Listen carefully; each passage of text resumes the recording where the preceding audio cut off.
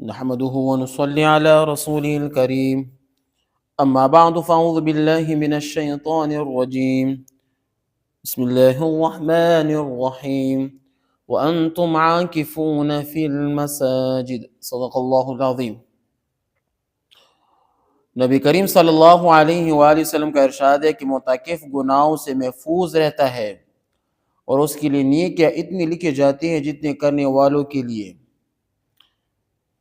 اعتکاف کرنے والا بعض نیک اعمال نہیں کر سکتا، مثلا مریض کی عیادت، جنازہ میں شرکت، اس کو اتنا ہی ثواب دیا جاتا ہے جتنا کہ کرنے والوں کو دیا جاتا ہے۔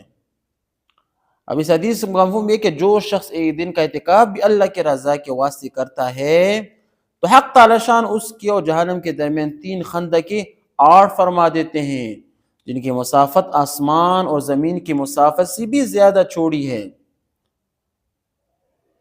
کہتے ہیں ایک حدیث کا مفہوم ہے کہ جس شخص نے رمضان مبارک میں 10 دن کا اعتکاف کیا اس کا ثواب 2 حج 2 عمرے کی برابر ہے۔ اب یہ سمجھ لینا چاہیے کہ اعتکاف کی اقسام کتنی ہے۔ تو اعتکاف کے کچھ فضائل ہو گئے۔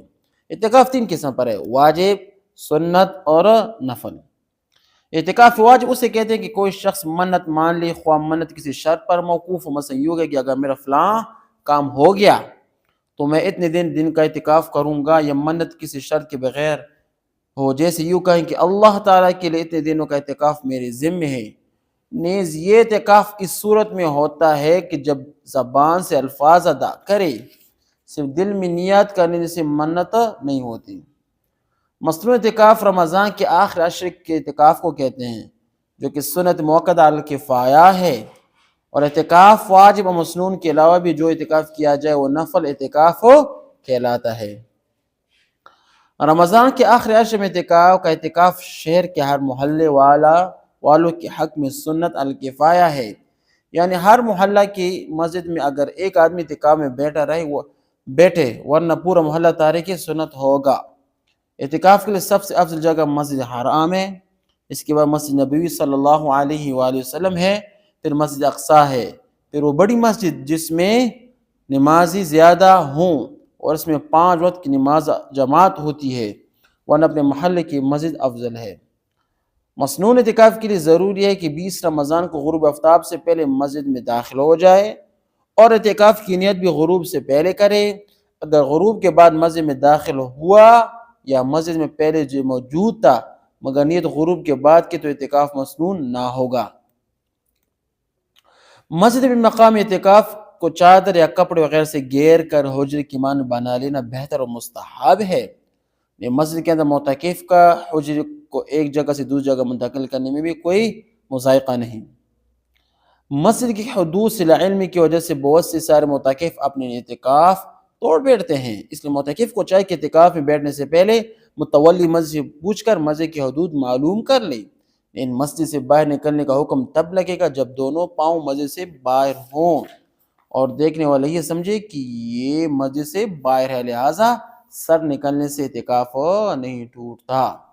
جس طرح مرد کے لیے رمضان کے آخر عشر کا اعتکاف سنت ہے، اسی طرح عورتوں کے لیے بھی یہ سنت ہے، لیکن اس دور اور فتن میں عورتوں کے لیے مسجد میں اعتکاف کرنا ناجائز ہے۔ گھر میں ایسی جگہ جو نماز کے لیے مخصوص ہو اعتکاف کر لے اور اسی جگہ کھانے پینے اور لیٹنے کا انتظام کر لے، بلا کسی طبعیت یا شرعی ضرورت کے لیے اس جگہ سے باہر نکلنے سے اعتکاف کیا ہو جاتا ہے؟ ٹوٹ جاتا ہے۔ اگر پہلے سے گھر میں نماز کی جگہ مخصوص ہے تو اب ضرور ہے کہ اسی جگہ اعتکاف کرے، اس جگہ سے ہٹ کر اعتکاف کرنا جائز ہے، کرنا جائز نہیں۔ البتہ کوئی جگہ پہلے سے مخصوص نہیں تو اب وہاں اعتکاف کرنے کے لیے مخصوص کرنا چاہے کر سکتی ہے۔ عورتوں کو اعتکاف میں بیٹھنے کے لیے خاوند کی اجازت ضروری ہے۔ خاوند بیوی کے اعتکاف سے منع بھی کر سکتا ہے، لیکن ایک بار جب اجازت دی تو اب منع نہیں کر سکتا۔ جب خاوند نے اجازت دی تو اب ان کے لیے میاں اور بیوی کے مخصوص امور جائز نہیں، تاہم ہم بستر کی صورت میں اعتکاف فاسد ہو جائے گا۔ ہم بستر کے سوا دوسرے بعد اعتکاف فاسد نہیں ہوتا۔ اعتکاف مسنون رمضان کے 29 یا 30 تاریخ کے شام شوال کا چاند دیکھنے پر پورا ہو جاتا ہے۔ معتکف چاہے تو اسے مسجد سے گھر چلا جائے، وہ بہتر یہ کہ اس رات بھی اللہ کے ہاں عبادت کرے، کیونکہ وہ لیلۃ الجائزہ ہوتا ہے۔ وآخر دعوانا ان الحمد للہ رب العالمین۔